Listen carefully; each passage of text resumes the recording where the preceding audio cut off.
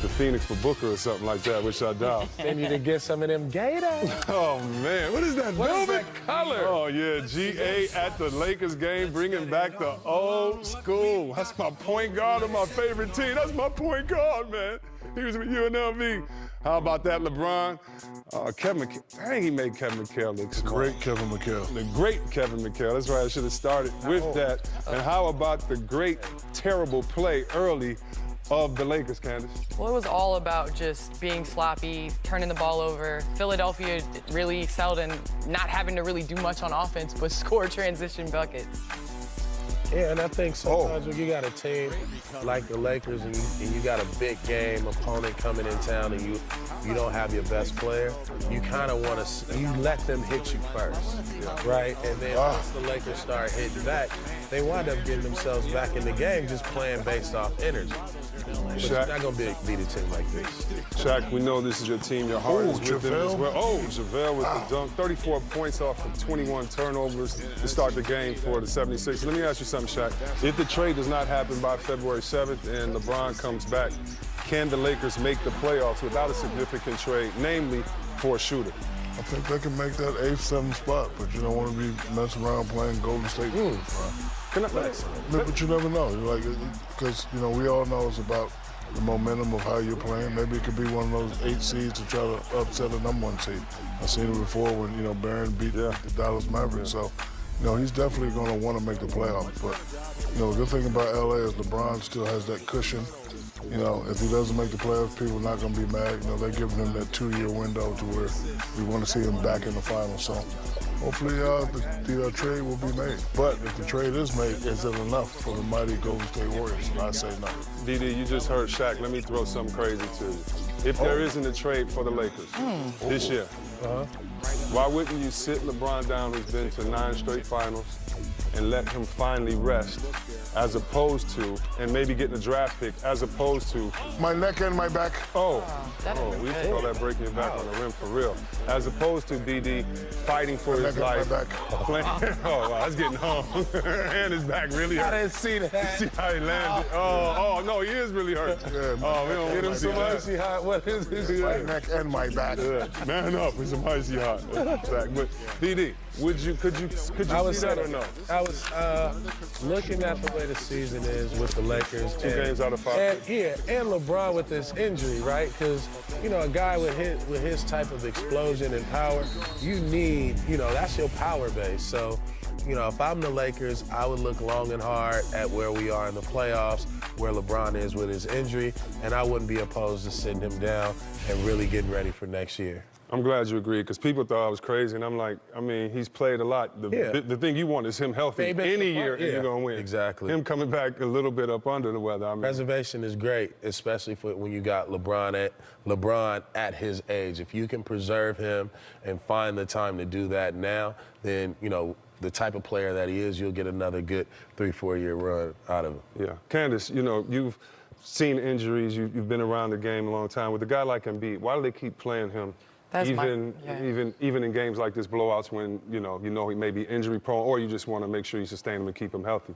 Well, there were games earlier on in the season where we saw him on the sideline warming up his back and really laboring to get up and down the court. Obviously you see right there. Oh, he tried to dunk that. Yeah. Especially as much as big as he is and as much as he weighed, he has had problems with his back before. So really you want to get him to the playoffs and you want him to be healthy. And so whatever that is, I don't know if playing through it and putting him back in the game is the best for him. Yeah. What were you about to say, BD? He shouldn't have been in the game. Stop it. He shouldn't have been in the game, man. You blowing the team out. He shouldn't have been in the game. I ain't blowing him out. You are blowing him out. You trying to get them SLNs? Want him to play. The Shaq-like numbers, is that why you're trying to stay in the game? I'm saying he got to play. I want him to understand every scenario that's going to happen, and that will happen. So I want him to play. Let's hear the rest of this bad song you were singing. Not a bad song. That's why you got a flip phone. That's how you was running around trying to win championships. That was your first day in LA. Can you dig it? Anyway, when we come back, we got tons more to come on Players Only on TNT, presented by Kia. Coming up next, Antetokounmpo. Oh! That's Greek. Got the Bucks next. Say it again. What does that mean? Nothing. Players Only halftime report presented by American Express. Now, usually we don't come in with highlights of the losing team, but the Lakers have been making a run with a few highlights. Ooh. Oh, yeah. Don't look at them. Don't you look at them. No, don't look at them. Don't look at them. Don't stand over them. Yeah. Where's Khalifa looking? You got beads at the end. I see you with the beads. You know. Welcome to Players Only. I'm Chris Webber. We got Shaq, Candace Parker, and my man VD. So what's going on, guys? When you look at the first half of this game, actually we can look at some of these plays. When you see a young team like the Lakers and they don't have LeBron James there, Candace, and you see the start of a game like this, if you're the coach or a teammate, what do you say to your players and why is this going on? Well, this looks like a team that hasn't had a ball handler with them. I mean, Rajon Rondo missed time. Lonzo Ball's out with an ankle injury. LeBron's been out for 16 games. So when the head of your offense has been out, you know, you're going to turn the ball over. But they were just giving the ball away. I'd have to disagree with my good friend Candace. This right here is just a lack of focus because after we get rid of these highlights, we're going to show highlights when they start focusing, they start making the plays. No, we're all professional. We all can play. And all coaches say the same thing. You guys are just not, listen, you're playing against the 76ers. LeBron's not out. Some of these guys should be auditioning because when they come back, they're going to have to start tightening it up. A trade might be made, you know, so guys need to start auditioning and playing out. That right there was just a lack of focus. First play of the game, you can't turn it over. I wanted to say, like, could it be the lack of focus, could that be because of all the stuff that we're hearing today, right? Right. But, you know, the Anthony Davis trade rumors and, you know, them getting off to a slow start. When you have a young team like that, usually they're in their head, right? Because they think they're going to be traded. Yeah, because like you showing up to and the that's game. why you're supposed to step up. Yeah, you're right. Yeah, so I'm next. Yeah, you got to step No, up. that's not the way you start. But I think as they got into the flow, they kind of, you know, when you start playing, you kind of lose that mentality. You got to get back to playing basketball.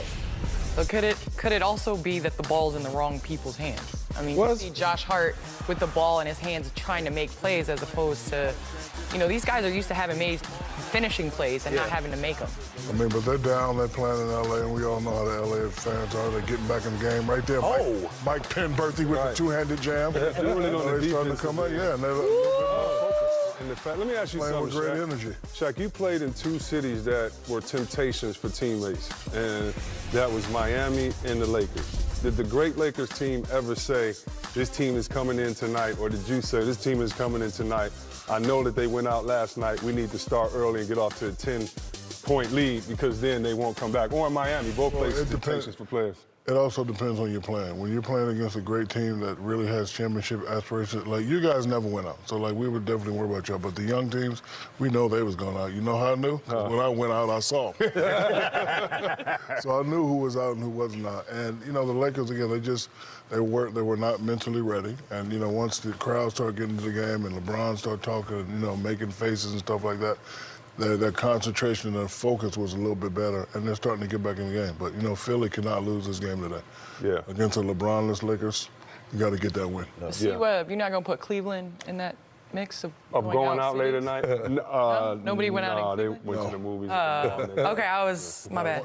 Coaches love Cleveland. Like, I see at 6 o'clock practice, they're like, all right. You go out in Cleveland and go right to the airport. Listen, I was living in Cleveland. Sorry, Went out Cleveland. 3 times and I didn't see nothing. They ain't even had no hookah bar in Did Cleveland. you see them midgets? They had things called midgets in Midgets? Cleveland. What's that? They like a million gnats. It was like a million gnats just hanging on buildings. That was the most interesting thing I seen in Cleveland. Midgets. He do look like Wiz Yeah, Khalifa, he look like Tiger, too. Tiger with the dunk. A little bit with him. He do look like Wiz. Oh, man. We'll be back Count it up, more ain't you, in a minute boy? on the American Express halftime report. We'll tell you who more people look like. We know all their twins. I never seen you out when you was in L.A. Welcome back to Players Only, Mr. Vegas. I hope you are listening, GA. Matter of fact, I know you are. I just want to throw a couple things out to you, GA. Baron Davis. We got a button now. Hold on, GA. We got a button. Yeah, hold on. Baron Davis said you look like the black man on the penny that got rejected. Baron Davis said you cut your suit coat out of a car of an old pimp Cadillac. And Candace said you look like a Rick James backup singer. Give it to me, baby. Give it to me, baby. Hey, Jimmy, why you laughing so hard, Jimmy? But wait a minute, Candace. I know C. Webb they caught a few comments tonight. Oh, they've been killing me. That's why I'm glad they killing you, because Candace said you're trying to join the NFL Hall of Fame. He got that pimp cushion. He got that pimp cushion jacket. Is that velvet? Hey, you have to have left this to me and it will. The golden ticket. Hold on. Thank you for wearing that outfit, GA. You've let me get away with this turtleneck, and I'm hot in the studio. Hey, GA, don't let him talk you out of that, dog. Bring that coat off. I ain't worried about it. This next time, don't do the red pinstripes I got with a it. maroon one next And wear week. that vest. You know it's a vest with that. I ain't wearing a vest this time. I'm going to have a maroon one You next look like week. a gold sugar cane. Thursday, we learned the starters for the All-Star game next month in Charlotte. No major surprises for either East or West.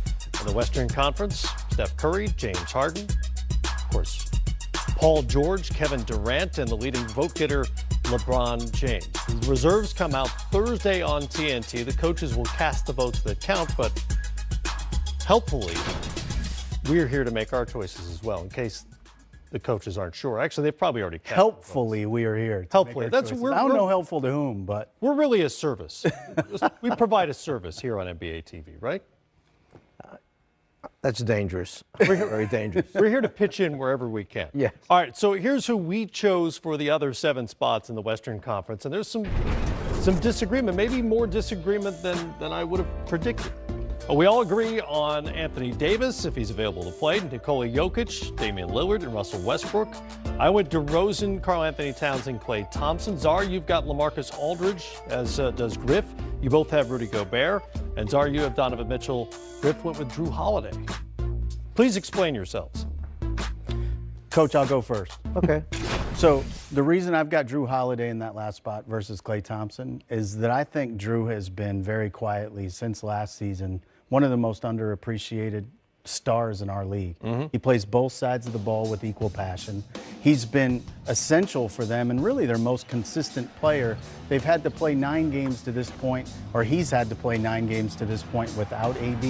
I think they had a lot of change from the time that Boogie left the lineup, and all that's happened is Drew has consistently gotten better and better and better. Right. And I feel like now's the time to reward that. Well, there are names that were tough for me to leave off in that spot. You know, Klay Thompson is a name you might consider. Doncic, if you want, in that position. Yeah. And then you could consider DeRozan also in that position. Who I did. Okay, so for me, I thought the resurgence all of a sudden after the really difficult start that Utah had, and then when you looked at the imbalance in home and road schedule, it was like at some point they got a lot of home games coming up here. And this guy, I thought, was responsible for kind of leading the charge to get them back to the type of team they were at the end of last season. I went with DeRozan. I think he's been their best player over the course of the season so far, and the added playmaking duties are impressive to me. In fairness to me, I picked Karl Anthony Towns before the Timberwolves were swept in the home and home by Rudy Gobert and the Utah Jazz. I don't know if that would have changed my vote or not, but I think he's been really effective since the Jimmy Butler mess was sorted out in Minnesota. And Klay Thompson has been, after the early season slump by his standards, has been pretty great here the last 6 weeks. And to me, he's just one of those guys, a two-way player who's just an all-star. Like, unless he's terrible, but let me ask he's you an all-star. What about Karl Anthony Towns from game 1 up to game 30 or whenever the Butler thing Not and as good. coaching was Yep. replaced? What about those games? Because now they're 2 games below 500 as a team. Not as good, Okay. clearly. So does that make you an all-star? Well, I mean, it's the same argument like for Drew Holiday, for instance. If you were going to think about where they are in the standings and whatnot, they're not good enough. But he has played at an all-star level for much of the year. To me, it's got to be the majority of the season that you've played thus far up to the balloting ending. And then I also look at records. Are teams winning?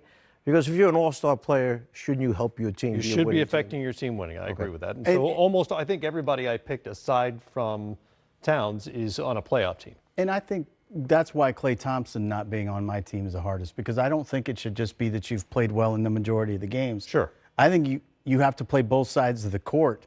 And I think not having Clay be on the team is very difficult for me. Yep. And if we're picking players I would rather have, I might rather have Clay than several people that we're going to have in the All-Star game. Yeah. But that's not the question. Right. But I think relative to Drew Holiday, relative to Towns, relative to Donovan Mitchell, these are all guys that are carrying teams to various different degrees, and that really matters. I think for me, leaving Clay off was more difficult than anybody else because I think defensively he's essential to what they do. Absolutely. All right, let's move on to the Eastern Conference. Blake Griffin will return to the game for the first time as a Piston. Kemba Walker is a first-time starter.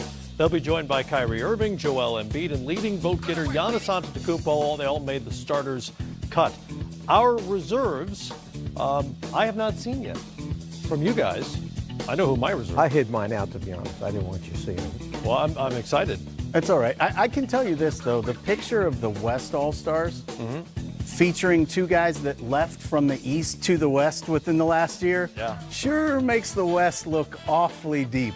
I mean, those are 5 MVP candidate finalists all in one image. That's an amazing starting lineup. And likewise, the East was very difficult to find enough names in the end. It was. It was. I got through the first 5 of my reserves, and then the last 2 was kind of a toss-up between 4 or 5 different guys in the Eastern Conference because of what I'll call parity among performers. Ooh, very well nuanced So far. parity. Thank you I very like much. that. We all agreed Bradley Beal, Blake Griffin, Victor Oladipo, and Ben Simmons should be reserves. Griffin's already he's going to make it for sure.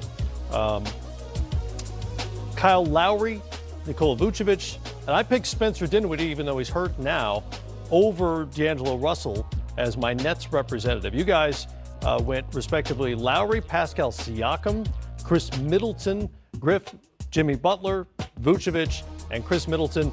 I loved Middleton for the All-Star game last year, when I think he had a better argument to make. Probably did. But based on the record and the fact that he's been a good player for them, I have no issue with that. Yeah, Siakam, for me, I thought this young man has just taken huge steps in becoming a better player in the NBA. And, you know, their record for the team, obviously, there are a number of guys there that have done a very commendable job. So I just like watching him the whole time and how I think he's upped his game. I thought he deserved that responsibility. 2 guys that I left off that I really wrestled with. D'Angelo Russell, okay, has been good for the last month or so. He's been good. But in the beginning, okay, you had a guy, Dinwiddie, who played a heck of a thing, season up to that point. So I was like, well, does 1 month worth make you an all-star player? Right. And I've said all along with D'Angelo Russell, he has to become more consistent to be a legitimate big-time player, and I'm waiting to see that. He's done it for a month now. Vucevic, love what he can do, love his talent. Yep. Why is Orlando 10 games below 500? I don't know. I went with Dinwiddie over Russell for that reason, by the way, because he's been the guy they've gone to at the end of games more often than not. In fact, you remember early in the season there were times when Russell wouldn't even be on the floor at the end of close games for the Brooklyn Nets. It's interesting. So to answer your question, Vucevic in 10 games under 500, the reason is because he's their best playmaker. Right. You're going to be 10 games under 500 when your best playmaker is a center and you don't have other players around him making ancillary plays. So I think they are a few steps away from being highly competitive. I think they have a very clear theme. But what Coach Clifford has done is really run everything through Vooch in much the same way to a lesser degree than Denver has around Jokic. Yep. And so I think the fact that Vooch has that kind of skill set makes him really intriguing. The other reason I wanted to make sure he's up there because he's a big trade target. Just to make sure everybody understands. I want to lead into our trade deadline programming with that name in everyone's mind. Intriguing is a good word because he figures to be intriguing to a lot of teams. No question. Next week when the trade deadline happens. There you go. I think we've solved this. We've worked all this out. Helpful. That's what we were. Helpful. LeBron James will get the first pick in the draft, of course. The captains have to start with the starters, then they can go to the reserves. So who is LeBron picking first? So I'm not allowed to say Anthony Davis, right? Because he can't, because that would be the... I would probably say... that would be the intriguing answer, I wonder if it would be a point guard that he may have played with once before in his career. Or could it be Kevin Durant, who he has great respect for? I'm going to go Durant. You're going to go Durant, okay. Did he pick Durant first last year? That's why I thought he did last year. I don't remember. So that's why I went that way. That's interesting. I think I'm going to say that it's going to be one of those guys from the Western Conference photo. I'm going to take Steph Curry as his first pick. I'm kind of leaning that way myself. Yeah, I think he's intrigued by the notion of playing with someone who shoots the ball that way from that deep in an all-star game. Right. Because it literally could be dribble handoff from 40 feet, and those could be some fun assists to get. Yeah. Cannot pick Anthony Davis. That would be fun.